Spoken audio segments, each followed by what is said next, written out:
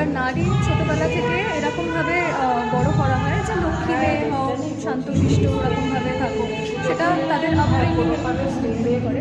কিন্তু আমাদের নারীর জীবনে এমন অনেক সময় সিচুয়েশন হয়, অনেক মানুষের সংস্পর্শে আসতে হয় যেখানে তাদেরকে রুদ্র রূপ নিতে হয়, তারা বাধ্য হয় রুদ্র রূপ নিতে। তো এটা একটা কথাই আছে যে সব নারীর মধ্যেই দুরকম ভাগ থাকে, একটা হচ্ছে সেই রুদ্ররূপে, আর একটা হচ্ছে সেই শান্তশিষ্ট ফেমিনিন এনার্জি।